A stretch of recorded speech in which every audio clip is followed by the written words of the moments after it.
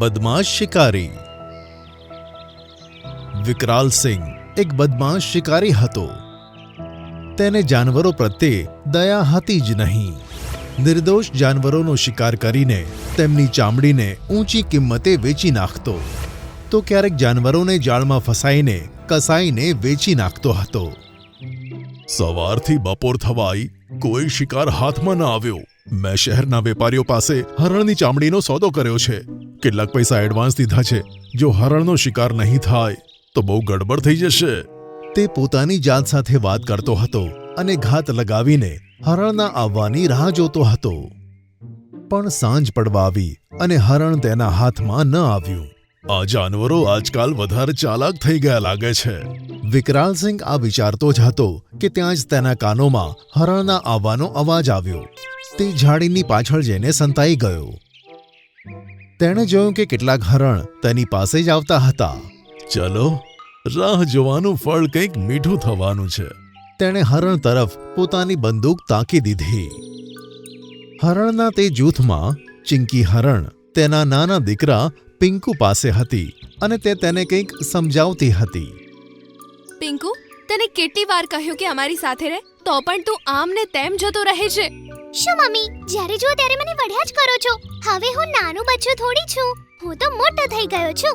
પિંકુ, જેટલું કહ્યું છે તેટલું જ કર. જો અત્યારે સાંજ પડી ગઈ છે, અંધારું પણ થવા આવ્યું છે. પણ પિંકુએ તેની માની વાત ના માની અને તેની માની નજર જેવી જ હટી કે તે તરત જ ભાગી ગયું. મમ્મી પણ જ્યારે જુઓ ત્યારે મને વઢ્યા જ કરે છે. હવે તો હું મોટો થઈ ગયો છું, મને પણ એકલા ફરવાનું મન થાય ને. પિંકુ તેની માંથી દૂર તો ગયો હતો, પણ તેને ખબર જ ન હતી કે તે આવનાર ખતરાનો સામનો કરવાનો છે. ઝાડીમાં છુપાયેલા વિકરાલ સિંહે ક્યારની તેમની પર નજર માંડી હતી. આ હરણનું બચ્ચું છે તો નાનું, પણ માર્કેટમાં તેની બહુ ડિમાન્ડ છે. તેના ઘણા બધા પૈસા મળશે. સારું થયું કે તે છૂટું પડી ગયું.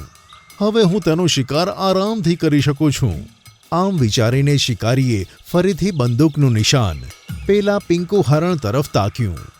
પિંકુ તે વખતે જંગલની વચ્ચોવચ રહેલા તળાવની પાસે પોતાનું પ્રતિબિંબ જોતો હતો. હું કેટલો સ્માર્ટ લાગી રહ્યો છું આજે, એકદમ હીરોની જેમ. હું તો મોટો થઈને હીરો જ બનીશ. પણ અચાનક બંદૂકમાંથી નીકળેલી ગોળી પિંકુને જઈને વાગી. પિંકુએ પીડાથી ચીસ પાડી દીધી. પિંકુ હરણની ચીસ સાંભળીને તેની માં ચિંકી હરણનું હૃદય જોર જોરથી ધડકવા લાગ્યું. અરે, આ તો મારા પિંકુનો અવાજ છે. શું થયું છે તેને? કેટલી વાર તેને કહ્યું કે અમારી સાથે રહે, પણ તે મારું સાંભળતો જ નથી. પિંકુ, પિંકુ, ક્યાં છે બેટા? પિંકુ.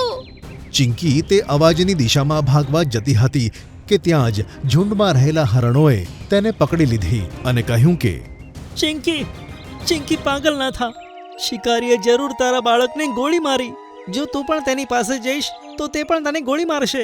અરે, મારી દેશે તો મારી દેશે, પણ હું એક માં છું. મારા બચ્ચાને હું મુશ્કેલીમાં કેવી રીતે જોઈ શકું છું? આમ કહીને તે ફરીથી છલાંગો મારતી મારતી પોતાના બાળકના અવાજની દિશામાં દોડી ગઈ. પેલી બાજુ પિંકુ હરણને ગોળી વાગવાથી ખરાબ રીતે ઘાયલ થઈ ગયું હતું.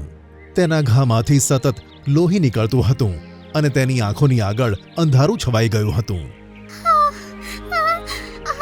મને શું થઈ રહ્યું છે? મારી આંખોની સામે અંધારું કેમ થઈ રહ્યું છે? મમ્મી. પિંકુ હરણે જોરદાર ચીસ પાડી અને તે તળાવમાં જઈને પડી ગયું.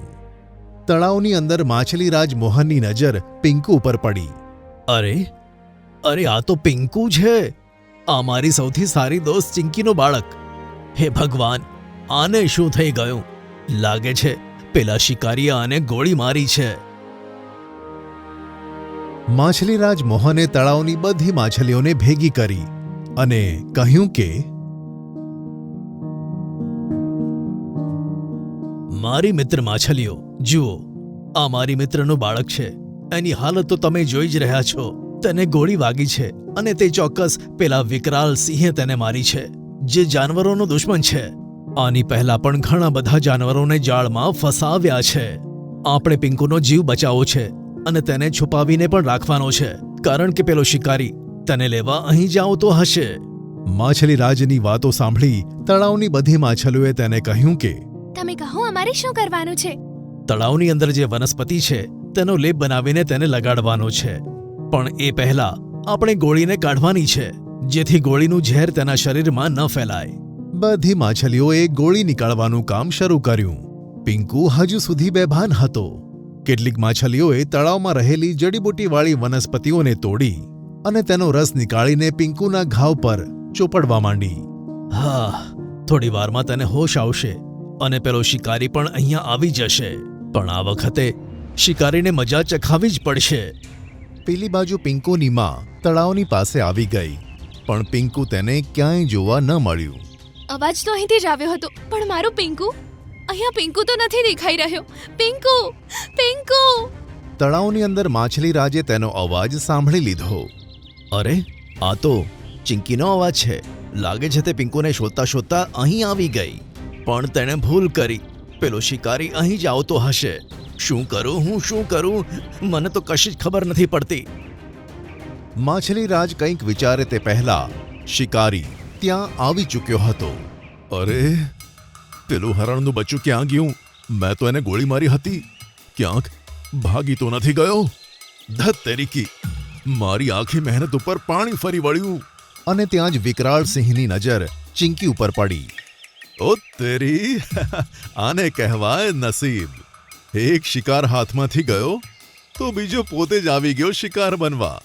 મારી કિસ્મત છે જ એકદમ જબરદસ્ત ટાઈપ. ચલો, આને જ ગોળીથી ઉડાવી દઉં છું.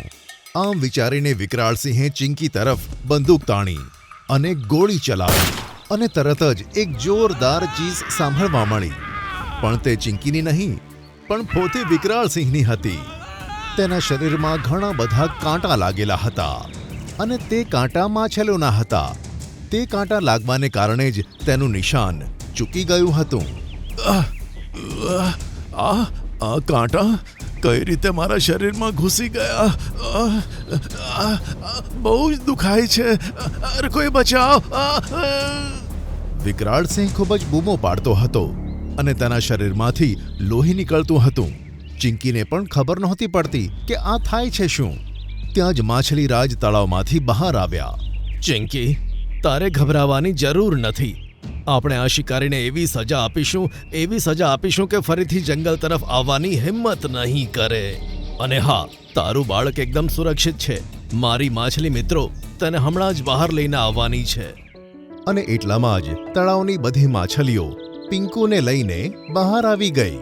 તેને જોઈને ચિંકી તેને ભેટી પડી. મમ્મી, મારાથી ભૂલ થઈ ગઈ. મેં તમારી વાત ના સાંભળી અને હું મુશ્કેલીમાં પડી ગયો. મમ્મી, જુઓ ને, કેટલો મોટો ઘા મારા પેટ ઉપર પડી ગયો છે. તેના ઘાને જોઈને ચિંકીની આંખોમાં આંસુ આવ્યા. તે તેને પંપાળવા લાગી અને બોલી કે બધું ઠીક થઈ જશે મારા બચ્ચા, બધું ઠીક થઈ જશે.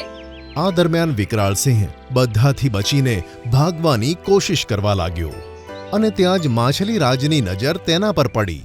મારી માછલી મિત્રો, આ દુષ્ટને ભાગવા ના દો.